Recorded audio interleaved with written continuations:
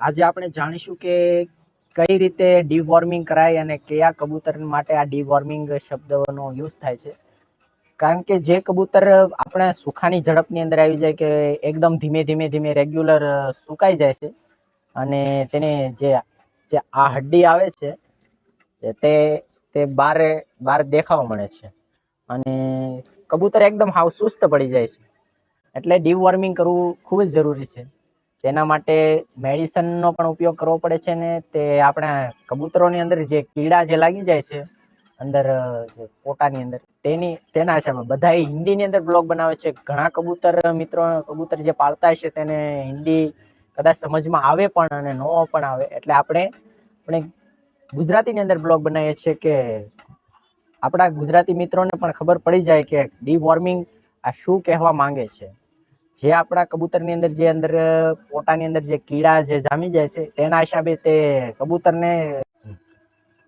કબૂતરના deworming માટે આ અલ્બોમર કરીને આ એક મેડિસિન આવે છે. તેનાથી તેને જેટલા પણ કીડા હશે ને તે બધા સાફ થઈ જશે.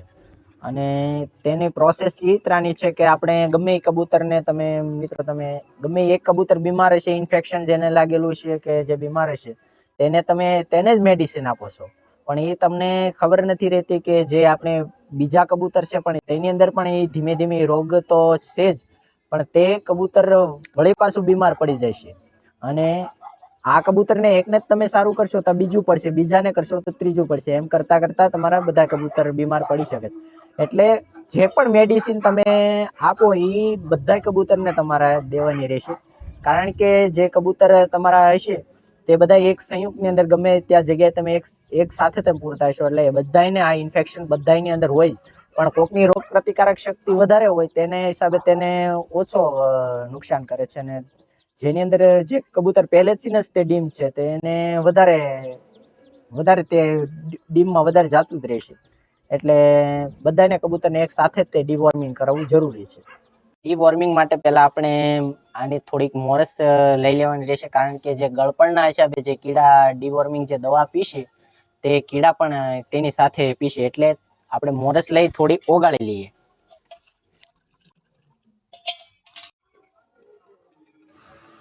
ને આપણે મોરસ ઓગાળી લઈએ. ચાલો મોરસ ઓગળ્યા પછી તે પહેલાં મોરસનું પાણી એમાં નાખવાનું રહેશે અને 2 લીટર પાણીની અંદર આપણે અડધી જે આપણે મેડિસિન જે છે તે અડધી નાખવાની રહેશે. કારણ કે 30 ml તો એની અંદર લખેલું આવે એટલે આપણે 20 ml 2 લીટર પાણીમાં 20 ml નાખી દઈશું. 1 લીટર પાણીની અંદર આપણે 10 ml નાખીશું.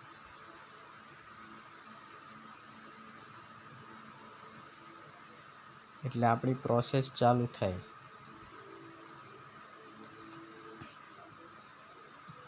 ગળપણના હિસાબે આપણે પહેલાં કીડા એ પાણી પીશે.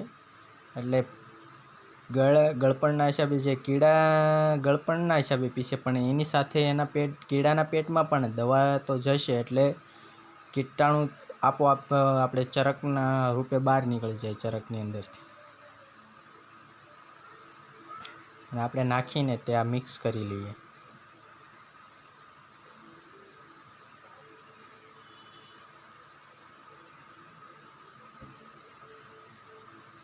અને જો આપણા કબૂતર એકા પછી એક બધા પીવા મળ્યા છે પાણી.